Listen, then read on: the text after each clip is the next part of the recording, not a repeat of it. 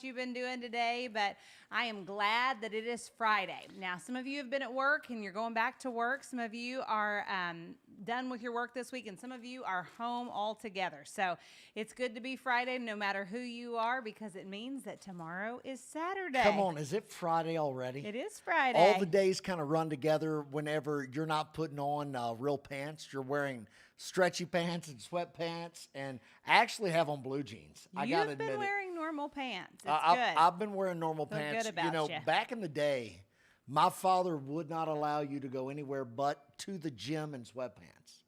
And if you weren't going to like football practice or something like that, and you were wearing sweatpants out, you were going to feel the wrath of my father. He was as you were going serious, out. wasn't he? Oh, Dad was big time serious about it. And I remember him saying things like, "You're going to look like those people at the Walmart in their sweatpants."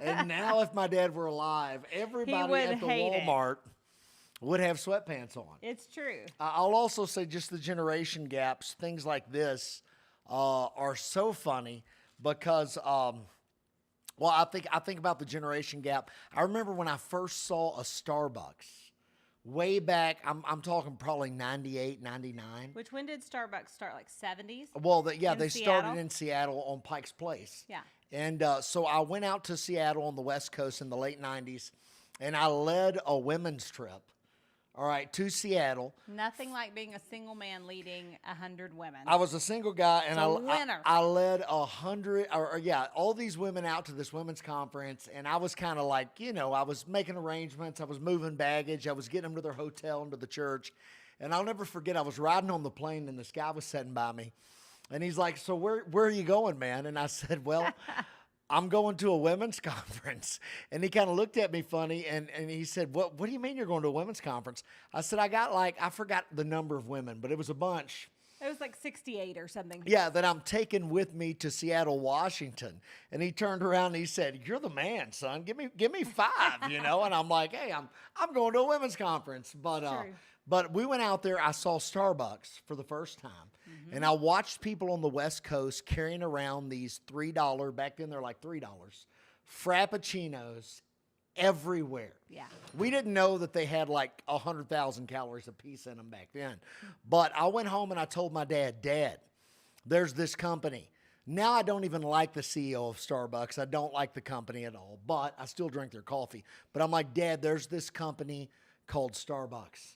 We have got to invest in it. People are drinking it. They're running it up. They love every minute They of love it." He said, "Well, what's a cup of coffee cost, son?" I said, "Well, it's about $2 for a regular cup of coffee, $3 for one of these expensive cups." Mm-hmm. My dad laughed out loud at me. He did. And he said, "If you think people in Western Kentucky are ever going to give you $3 for a cup of coffee, you're crazy." Now, I'll tell you, the world is littered with Starbucks cups. But it's the generation gap, right? That literally happened before he died, and he came back and said, "Oh, how I wish that I had listened about the Starbucks phenomenon," because he just didn't believe that it would ever happen, but it did. He didn't think it could happen. Yeah, within 5 years, we were paying $4.50 for change. them. So now we're paying $5 a cup of coffee. We're wearing sweatpants to the store, right? Life is different. Well, we can't even go to the store. Well, actually, they are a-changing. You can go to the store, but you can't go to church. Because we can assemble and everything's okay at the store, right? Mm-hmm. I'm rolling up to Walmart, Target. There's hundreds of people in there. Sure. Nobody's saying a word about that. Mm-mm. Nobody's talking about who got coronavirus there. No. But you can find a bazillion articles about some little country church. Don't be deceived. Come on, guys. We're smarter than this. There's something behind that. Yeah. And hey, we haven't had services. No. I'm not saying we ought to be jumping up having services. I'm just saying when they're pinpointing the church, the prince of the power of the air. Yes. There's a spirit associated with that, and it's an antichrist spirit that hates the church. That's right. That's picking on like little 40-member churches out in the country somewhere where somebody got the virus. It is not right. No. It's the devil, Bobby Boucher. Huh? I just think that it's the crazy. devil, Bobby Boucher. I had to run in to get some groceries yesterday. I was doing my run, and I try to order online, but as many of you know, you can order whatever you want online, but when you pull up, you get what you get and you don't throw a fit, right? So even if you order it and they say they have it and it's all good and you've planned out the week, then you get there and it's The not food's not there. It's not in the bag. So I've experienced this multiple times, and so I'd gone to get some of my groceries and they weren't there, and I'd pulled up and trying to do the right thing and have no contact and all of those kinds of things. So I thought, well, I'm going to go to Target and pick up a couple of things because it's getting really warm and my kids have outgrown any shorts or t-shirts too. So I thought, I'll kill two birds with one stone. I'll make one swoop through the Target. I'll go straight to the grocery section, get a couple of things to add so that I can make what I need to make, and I'll get out of there. And I mean, I was shocked at the amount of family members that were together, full families, all kids, in groups, walking through, leisurely looking at things like they were in no rush. No protection on no anything. They didn't have gloves. They didn't have masks. I had my gloves on. I don't even know if that helps, but I had gloves on. And they were doing all of these things. And I'm thinking, we are not even sure that we know what's going on. And we are not allowed to have church. People cannot make contact with one another. You cannot hug your cousins, but we can all come around and breathe. And I just think we need to take a minute today and just take a deep breath and exhale and say, listen, this is going to be okay. We are leaning not into our own understanding. In all of our ways, we're going to acknowledge God, and he is going to direct our paths. He's going to show you where to go, where not to go. He's going to show you how to be wise as you control your environment. He's going to show you where to get toilet paper, hopefully. Yeah, and lead us. He's going to lead Lord. us in the right paths, and he's going to make our paths straight. And we don't have to be afraid. We're going to have to use wisdom, and we're going to have to do whatever we can. But at the end of the day, if you have to walk in to get a can of tomatoes at a grocery store, we aren't going to fear. We're going to let God be our guide and our leader and our healer and the nourishment of our bones. And we are going to walk in boldly and bravely, and we're going to get what we need, and we're going to walk out, and everything's going to be good. I saw some of my friends here. They say they're getting their coffee at home. Max Long, I'm in agreement with you. Oh, yeah. Come on. Starbucks hadn't been good to us anyway lately. So we've been drinking our coffee at home, too. We're drinking our coffee at home. But I appreciate everybody watching. If you don't mind to take this and if you'll go and share it right now, share it with somebody so we can encourage the people tonight. Yeah. We just want to encourage you and have a good time, laugh a little bit too, because if you can't have fun on the hard days, yes, I don't know how you stay sane. No, comedy and a little good time. It goes such a long way. So we've been trying to have fun. We've been trying to lighten up the mood, and we're going to get through this. Come on, life is going to get better, right? It's true. And at the same time, we're going to just pray for those people that have been affected. Yeah. I have a personal family member who lives in another state that has they have corona, and they're in their house quarantined right now. And they're doing all right. And they're doing all right. And it's very real and a very close thing to our family right now. So I don't mean to downplay that at all. But come on, guys. Let's have the joy of the Lord as our strength, and laugh at people when we see what they're walking around in these days. I'm telling you, this shirt, I wore this shirt on purpose tonight because you were talking about it last night. This is the tie-dye. This is the COVID uniform. This is my COVID uniform. It is the best thing. The day I found out that we were hit by corona and everybody had all of these things that were coming out and we weren't going to be allowed out, I ran to the store and I looked around and I said, what is the comfiest, funnest thing that I can find that feels fantastic and makes me feel happy? And I bought it, and that was this sweatsuit. So I just want to show it off. I think we should see the whole thing. No, I like it. The whole outfit, not just the shirt. You got guys. pants, matching pants. It's true, and they go fantastic with my silver glitter house slippers. I remember I had tie-dye clothes like this. You know, I've always been I was a cowboy type, but I went to college in Colorado in the mountains. Well, hippie cowboy. With all my friends were hippies. So like we called ourselves the hippies and the cowboy, right? So I was the cowboy. And so I had tie-dye shirts. I would have tie-dye shirts, Wranglers, and a pair of boots on. And I remember I had some of these tie-dye shirts for a long time. When we got married, Jessi and I walked into this we just moved to Tulsa, Oklahoma. I was going to take you out on a date. True. We walked into this We'd been nice moving into our seafood apartment. restaurant. We didn't know how nice it was. No, I thought I was going in just like a fish we house thought we or were something. going in like a fish house, No, and we walk in, and it's it was like, all mahogany. Yeah. And they saw me come through the door in that tie-dye shirt. And I had on overalls. She had on overalls. I had on a pair of shorts and some Birks. And Birks weren't even in then, right? They were in for you. Their Birks have always been in for me. I've been That's wearing them right. since the 90s. They immediately ushered us to a back room. They did. Where nobody would see They us. served And us I as got quickly served as they so could. fast. If you want to get in and out, look like somebody that doesn't fit, they'll get you in and out. I of like there. it. I learned a lesson. I'm going to tell you something today.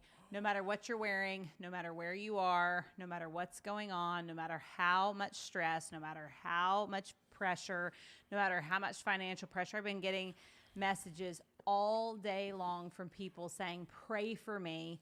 I'm having to make decisions in my job that are hard and they affect, or my family member is in charge of making some major decisions for this city or that city. Pray for us that God would give us wisdom. I want you to know something.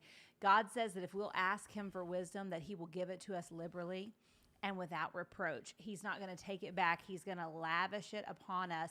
It's one of the best prayers that you can pray, is that God would give you wisdom. And so today, if you have that pressure, if you're making decisions, if you're one of those leaders, because leadership is never seen until someone makes a decision when there's not a good decision. Well, sure. Like there, you know, Like people think there's a win. It's always a everybody win-lose. thinks the wins are black and white. Right, but some decisions are loses. Yeah, and the leader does not have the luxury to sit by and wait for there to become a win and a lose. Sometimes a leader has to make a decision in the midst of a lose-lose, not just make everything a win-win. So I just want to encourage you, because I had literally multiple people calling me today saying, hey, pray for my family member as they make these decisions. Pray for me as I lead through this in my business. Pray for me as I lead through this at my factory. And then I also had people calling saying, hey, my accountant is suggesting that I not tithe during this downturn. Yeah, that accountant doesn't know the word of God. And I said, oh my goodness, the only expenditure that matters in the entire earth, if you want blessing on your life, is that you continue, if you're bringing in an income and you have that increase coming into your life, the first thing we do is tithe. And listen, this is not something I'm just saying because I'm a pastor. This is something that Brian and I have practiced our entire lives, and especially in our adult lives. We've taken an oath. We just took We a took vow. a vow, a Jacob's vow. Yeah, no matter how hard it's gotten. Doesn't matter what happened. I remember in college one time, I think we ate beans for 1 month because something went wrong. We had a huge expenditure. Our budget got all out of whack. And we had not just vowed to tithe, but we had actually vowed to give in a special offering towards the building, because our church was building a new building. And it was Christmas time, and it all happened at one time. And I remember we sat down and we looked at it all, and we said, it doesn't make any sense in the natural. Spiritually, we're going to have to make a decision here. And we had already taken a vow that we tithe. And so we changed our eating. And so we ate so many beans in the month, and rice, right? Middle of November to the middle of December. That was it. Breakfast, lunch, dinner. Yeah. We were eating beans. But It was guess being what? a palooza. Being a palooza. We was loved awesome. it. But you know what? That's not the end of the world. And I'm telling you Well, what, I'll I'd rather tell you you, tithe and God will open up the windows of heaven and pour you out a blessing. Amen. I mean, I we just never regretted personally, that. I would not eat. I'd feed the kids, Absolutely. but I'd not eat. And listen, some people are like, I'll starve. You won't starve. No.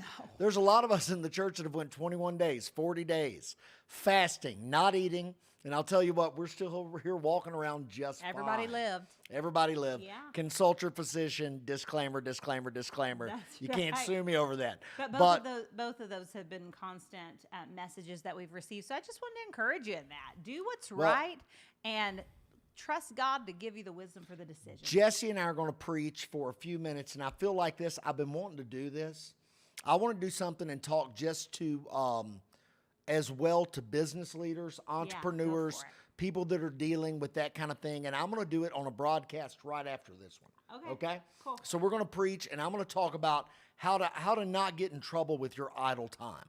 All right, because we got time on our hands. Oh, yeah. A lot of people just got laid off. If you just heard that, make sure you send out a message to all your small business friends, big business friends in general, and let them know there's going to be a broadcast going out right after this. Yeah, we'll do that. We'll do it. What is it? This will be over at 7 or something. What do you think I should do it at?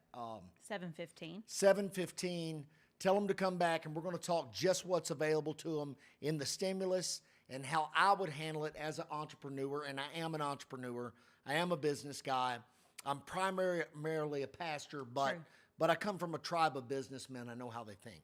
But I want to talk to just everybody about how to stay out of trouble. Because men get themselves in trouble when there's nothing to do. So do women. Women do too, right? The cattle industry used to shut down around Christmas, all right? We'd clean out all of our stockyards. Nobody's selling anything. And if you wanted to find a bunch of drunk, coked up, compulsively gambling, crazy cowboys. Yes, getting in trouble everywhere. Getting in trouble. Just wait till everything's shut down and they had nothing to do, right? True, yeah. Same's true of King David, one of the most powerful men in the world. Yes. David the Great got himself in trouble when he had his idle time. And the whole story is in 2 Samuel chapter 11, verse 1, and I'll kind of give you a summation so we can preach a little bit. It says this. It says it happened in the spring of the year, all right, at the time when kings go out to battle. All right, kings are going out to battle. Notice that. That's your first hint in this text. And David isn't with them, all right? David sent Joab and his servants with him and all Israel, and they destroyed the people of Ammon. They besieged Rabbah, but David, you ought to hear the music right now. Dun, dun, dun, dun. But David remained at Jerusalem, all right? He didn't go out. Right there, your biblical author's warning you. All the kings go out to battle. All the men are fighting. This is what the guys should be doing. Dun, dun, dun. But David remained. But David. Notice, do you remember last night we talked about butts? Butts always come before bad stuff. Butts will get you in trouble, Butts get you in trouble. And I'm telling you, but David didn't go out. So here's what happened. David didn't go out. Verse 2. Then it happened one evening that David arose from his bed, walked on the roof of the king's house. And from the roof he saw a woman bathing. Not just any woman. Doesn't just say as a woman. Doesn't say she was like 87 and gravity had its way with her. I remember gravity when I was has a its kid. way with you way before 87. I remember as a kid, I got to go to a nude beach in Europe. Wow. Right? That's nice. As a 13-year-old, that was a big deal. I'm just telling you. And all you guys know it's true. I'm like, man, we're going to a nude beach. The Europeans bathe nude. I got there. It was horrific. It scarred you got what me. You deserved. I saw like a 90-year-old man drop trowel and change right in front of me, and I'm like, oh my God. Just cleanse me with the blood of Jesus. Take me now. Trowel. I'm talking, it wasn't what you thought it was, but this was different. I wish this wasn't live, so I'm going to be like, no, this is funny is what this is. So David looks down. It's never the people that should be naked that are naked. Have you noticed? Hey, if you just missed that, you ought to send this to a friend right now because they need this. So he looks down and it says, and this woman he looks at says she wasn't just beautiful to behold, she was very beautiful to behold. As a matter of fact, the rabbis taught that she was one of the most beautiful women on the earth. Yeah. The rabbis, Jewish rabbis, still teach. It's like tradition, they know. It's tradition. The most beautiful women that have ever lived was Rahab the harlot, Bathsheba is in the list. The rabbis still talk about this part of Jewish tradition. Esther is one of the women as well. There's one more I can't come up with. There are 4 of them. And they were known as the most beautiful women that ever existed. And let me explain. Maybe Vashti. Maybe Vashti, yeah. Let me explain something to you. In Jerusalem, as you go up the hill, if you've never been there, as you go up the landscape, you start at the bottom of the hill in your life and you have a place that you live. And the more wealthy that you become as a man, the further up you go, and that's where your household You live higher is. on the hill, right? Higher on the hill. So David was obviously the king, and he had moved up because of his success, and then his kingship put him at the top of this place. And he goes out to look down, and there was a specific time of the day that women would bathe. This man was sitting there, not out in the battle fighting, not worried about someone sticking their sword in his rib cage. He was sitting with nothing to do. He knew exactly what time it was, and he knew his position was a position, and he had a view. He had the view of everything. Of everything. So here he is, and he makes a decision to go out and to be standing right there when it's the worst time possible that he could do it. Some suggest Bathsheba could have been complicit as well. Sure. She knew he was up there. Yeah. She knew he was looking. And so David's looking down, and he's got his own personal porn hub. Today, you don't have to go up on the top of the mountain, man. No. You had to go in a back alley and do something crazy and be crazy, but you don't have to do that anymore. No. Now there's a porn machine.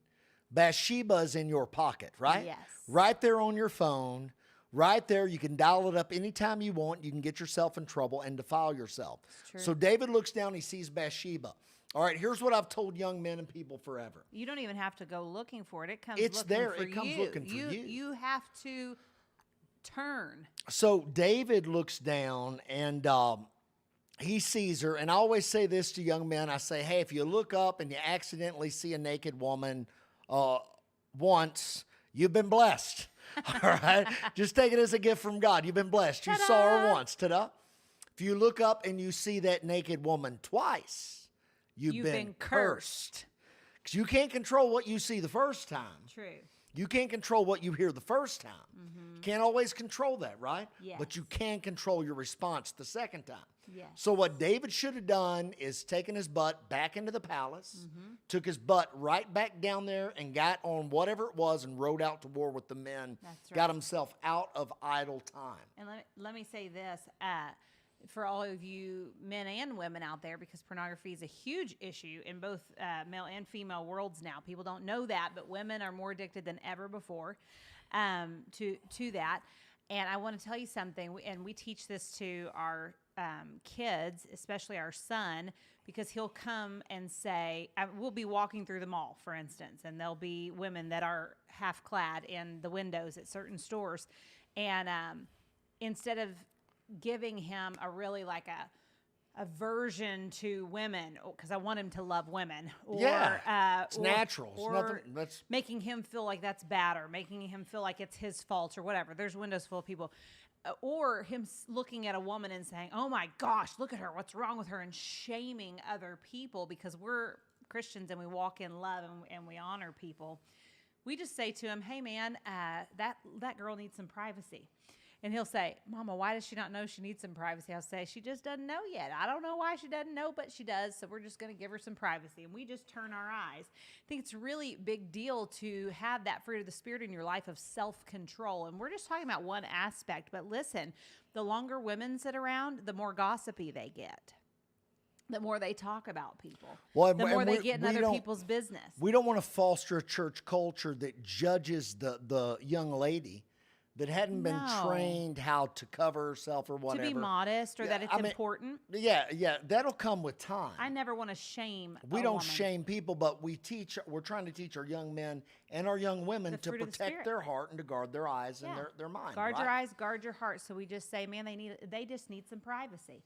And when you give someone privacy, you're doing two things. You're guarding your eyes, your heart. You're producing the fruit of the Spirit, self-control. And number two, you're learning to honor people even when they're not honorable. Maybe they don't even know how to be honorable yet, but you're a person of honor, so you honor them. So just want to encourage you in that today. Whatever it is with your idle time that you're doing, gossiping, looking at things you shouldn't, saying things you shouldn't, Get you in being trouble. around people that you haven't hung around with in 5 years, but they're free, they're laid off, I'm free, I'm laid off, hey, we'll hang out together. Maybe you've got a boyfriend or a girlfriend that's spending way too much time, way too late at your house, and you're not getting rid of them quick enough. I'm telling you, protect your heart, protect your eyes, protect your body, do what's right with your life. You're a Christian, and you can do this. You need to go get on your war horse and fight. Yeah, people are asking, they miss what text we're at. We're at 2 Samuel 11, verse 1, the story of David and Bathsheba. Yes. So David looks down, he sees Bathsheba. All right, whatever you keep looking at, you begin to be, there's a gravitational pull towards it. It's true. Right? It's like driving down the road. I mean, how many of y'all been driving down the road and you're looking at something off in the sunset? The next thing you know, you hear the rumble strip, right? Because where you look, you guide that way. Yeah. It's just the way it works. It's proven that if you look at a human being long enough, and you look at them the majority of the time, that you begin to think that they're better looking. Did you know that? Oh, no. And you watch it all the time. I watch beautiful women marry the ugliest mugs on earth.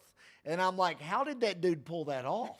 She looked at him long enough. She looked at him long enough, He just and kept it began on to coming. change. He just stayed He's just like, in I'm front here. of her. I'm here again today. Here I am. I'm here again today. Look at me, look at me, look at me. And so they go that way.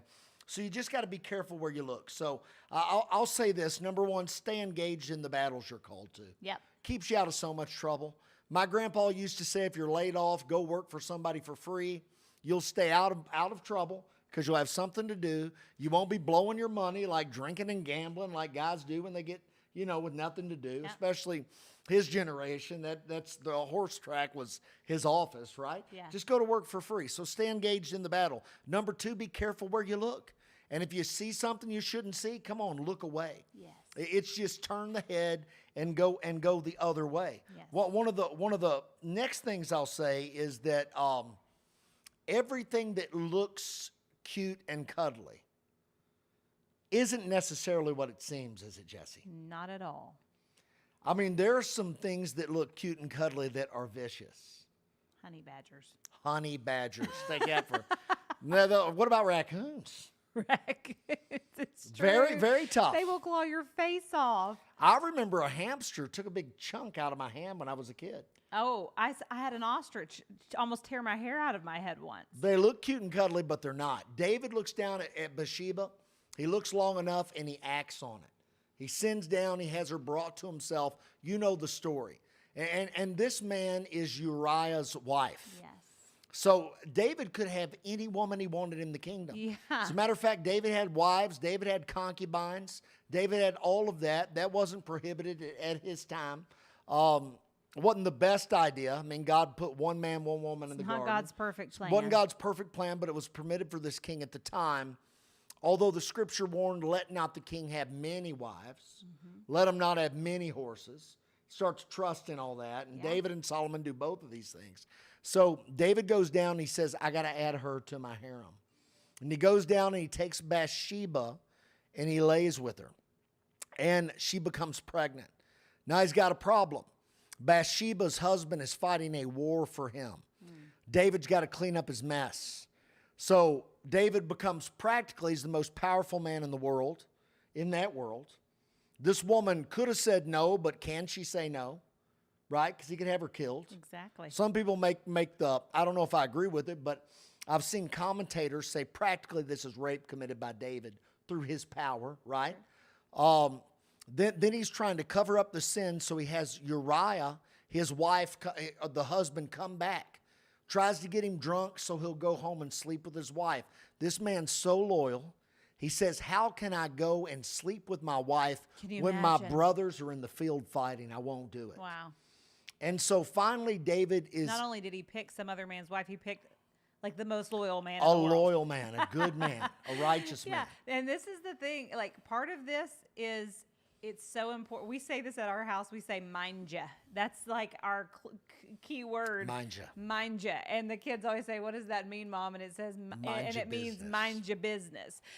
When we get in a world that's not ours or an area of dominion that's not ours, or we're talking about something that may not be any of our business, we always say, mind you. Today I was giving them a quiz that was on Facebook with some of my friends, and I said, what's the number one thing that I say to you? And both of the kids that I asked said to me, that's not my problem. That's not my area. And it's because I'm constantly reminding them, mind ya, that's not your thing. That's not your business. That's not our world. That's not what we're looking at. We have enough to take care of right here. And David got involved. He needed to mind his own business. And instead, he got into somebody else's business. Next thing you know, he's got some bad business to take care of. Well, he sends notice to the people running the war to put Bathsheba's husband Uriah up at the hottest part of the battle. Yes. Get him close to the city wall and then withdraw from him. And he has him assassinated. He has him killed. And so David starts off with a look. What starts off with just a look One look. at a beautiful woman becomes a murder, and it stains David's whole lineage. Now, I'll tell you what happens after that. There's literally like a fourfold judgment that comes against the house of David. It's such a sad story. David is really my favorite character from the Bible. This is his worst moment. I love David.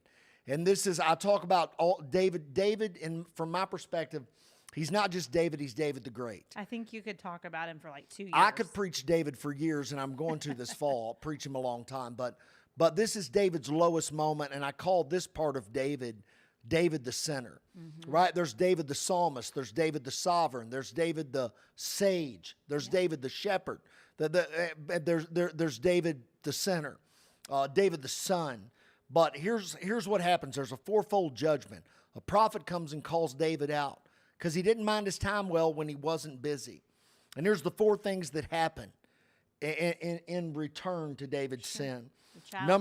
The child he conceived died. Right. Number one, the baby he has with Bathsheba dies. And that was the first judgment that came against David. Second one is his son becomes obsessed with his half-sister out of another woman. And his son rapes his sister. True. Unbelievable dysfunction in the family. Second part of the judgment. Third part of the judgment is his other son, Absalom, plots his death for 3 years. Yeah. Tries to kill David and turns David's kingdom against him. Everyone. As a matter of fact, his own son took his concubines and some of his wives, set up a tent on a hill in Israel and slept with David's women in front of everybody. Yes. Talk about one of the most terrible things. And then the fourth part of the judgment is his son Absalom himself dies. See, whenever we don't take care of what we're called to take care of, stuff really happens. Yeah. And some people say, well, that's not fair. And I know it's not fair. I'll tell you what it is. It's family. It's family. It's not fair, Pastor, that it's family. Family. You know, it's not fair that kid's dad's in prison right now, but it's family. And those kind of things happen. So true. And practically, as pastors, we want you to know that one look turns into a family disaster that is generations long. And what we're warning you against today, don't become idle. Don't allow sin to creep in. Don't allow that look to turn into long-term destruction for your family. If you need help, call somebody. Become accountable. Say, hey, man, I'm struggling. I'm having a tough time staying focused on what I'm supposed to stay focused on. And get plans for the day. Get your whiteboard out. Get your day timer out. Make it positive. You say, Jessi, I don't have anything to do. What am I putting in my day timer? You're putting in, this is how many minutes I'm going to spend with my wife. This is the family plan that we have. We're going to watch this family movie on this night with this meal. You say, that's not really my jam. That's not what I do. Guess what? We're in a new normal right now, and in order to mind you, you're going to have to get some business to mind. And if you have to create business to mind, that's okay. If you're single right now and you need to get some business to mind, I encourage you, get something in your pocket that you're doing. Make plans. Make yourself busy. Do what you're called to do. Learn to cook. Get online and learn how to make your arms look more buff. I don't care what you do. Come on. Just get a plan, get it together, and get your eyes focused on the things. You say, Jessi, you don't think it has to be spiritual? I think some of it has to be spiritual, but I think some of the most natural things in the world that we put our hand to become spiritual when they keep us in our own business, on our own place, and in the war, fighting spiritually. If it keeps you in the war and keeps your eyes focused on Jesus, I think it's a wonderful plan. So plan your days. Don't let your days plan you. That is a win. Here's one scripture I want to leave you with. God says this, 1 Corinthians 10:13 says, no temptation has overtaken you except such as common to man. But God is faithful. Come on, somebody write that right now. God is faithful, who will not allow you to be tempted beyond what you are able, but with the temptation will also make the way of escape. Yes. All right, that you may be able to bear it. What you got to look for when stuff comes at you that you don't know how to get out of is you look for the way of escape. Look for the exit ramp. Amen. You got to get out of there. True. You're not going to stay in the room with the temptation and win. Nope. You got to run for the hills. Run. I remember years ago, I'm sitting in my apartment in Amarillo, Texas, and I get a knock on the door. Man, this knock on the door, I go look through the door, and there's this really hot South African girl standing at my door, like one of the Bond girls. Now, Jessi is way more hot than this girl was. But this girl was good looking. And I'm like, what is she doing? I mean, honestly, this is what I was doing. I was sitting there. Don't say it again. I was sitting there. This is like every year you tell the I'm not story, telling it like and that. then you say, No, I'm not saying it like Bond that. girls didn't come after me. I'm like, hello, I got look a at Bond me. girl that comes after me right here. But I was sitting there listening back when Rod Parsley was a big deal. Yeah. Preaching. Right? So Rod's sweating and I'm stomping. sure you're still a big deal, Rod and Parsley. Rod, We I know love you're a you. big deal. We love you. But you know how they would play that kind of Pentecostal Bum, bum, bum, keyboard? bum, bum, And bum, bum, and bum, Rod bum, had worked bum, the bum, crowd in bum, the bum, frenzy. bum, The bum, crowd's bum, in a bum, frenzy. bum, I'm bum. watching and knock on the door. I look, and there's this really good-looking woman at my door. Yeah. I open the door. Can I help you? She says, I want to come in. Can I come in? And I'm like, what does she want to come in for, right? And then she made it obvious. I believe in social distancing. Why she wanted to come in. And so I'm trying to live right. I'd just taken a vow not to touch a woman until I got married at an Ed Lewis Cole conference. Isn't it just like the devil to send a temptation to you right after you made a vow before God? True. She came in the door and I she kind of said, feel like I was that temptation, but go ahead, tell your she story. said, can I come in? And I said, listen, I got to be somewhere. And I lied to her because I didn't know what else to do. and I didn't have to be somewhere. I had to be anywhere she wasn't. Yeah. I got in my car, took off, went to the college, and got away from her. And I feel like I won a war. And I feel like that was one of those decisions that guarded my destiny back then. This is the thing. The scripture talks about that God will give you a way of escape.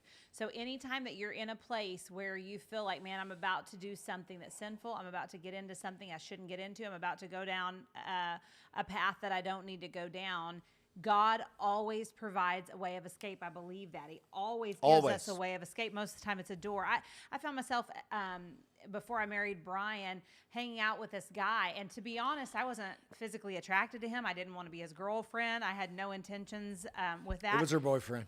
No, and it wasn't even a temptation. Like, I was never tempted, but I hung out with him all the time thinking that we were just friends. And one night, I look across the car and it hit my mind, I think I'm going to let him kiss me, because he obviously wanted to kiss me. And in my mind, I thought, and it scared the living daylights out of me. I thought, oh my gosh, I almost let this boy that I don't even find attractive kiss me when I have kissed no one, because You're I bored and you're in a stayed situation. too long, bored, idle, talking, doing whatever, and I didn't get out. So immediately I thought, this is my way of escape. I said, I gotta go. I jumped out of the car, got in the other car, drove away, and I didn't hang out with him anymore. Do you know why? Because God had given me a way of escape. So I don't know what your temptation is. We're talking a lot about physical attraction, but so many people deal with so many things: drugs, alcohol, the booze gossip, sales are through the roof anger. right now. Oh, absolutely.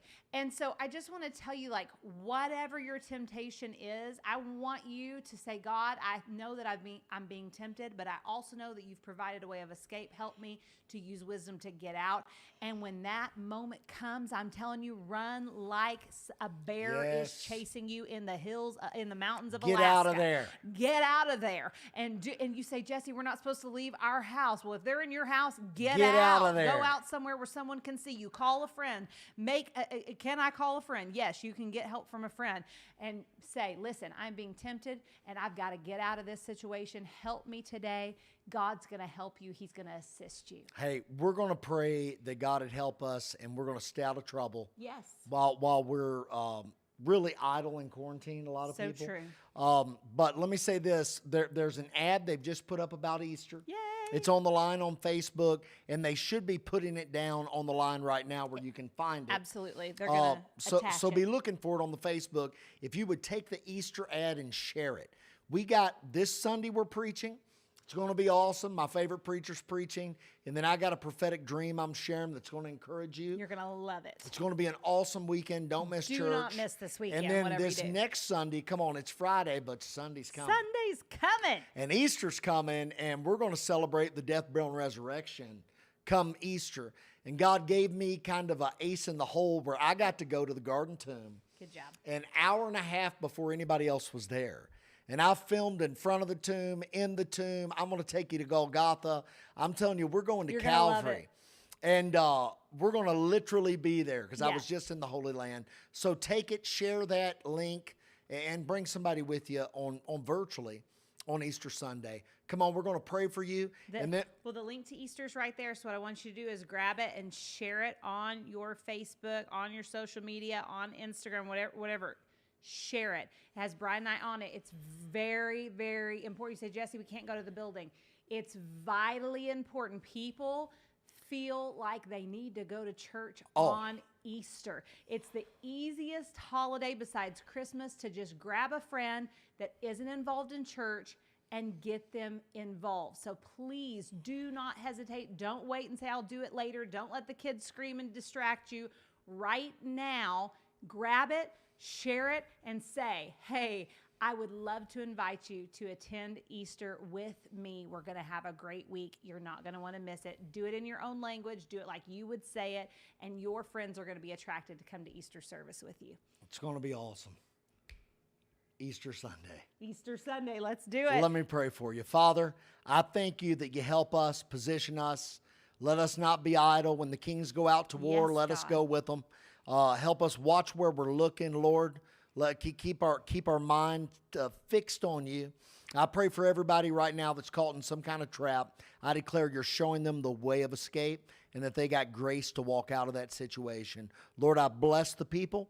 I thank you that you empower us. Grace isn't just forgiveness. It's an enabling empowerment. So I speak enabling grace to you, not to just be forgiven from sin, but to overcome sin. Yes, God. In Jesus' mighty name, I bless these your people.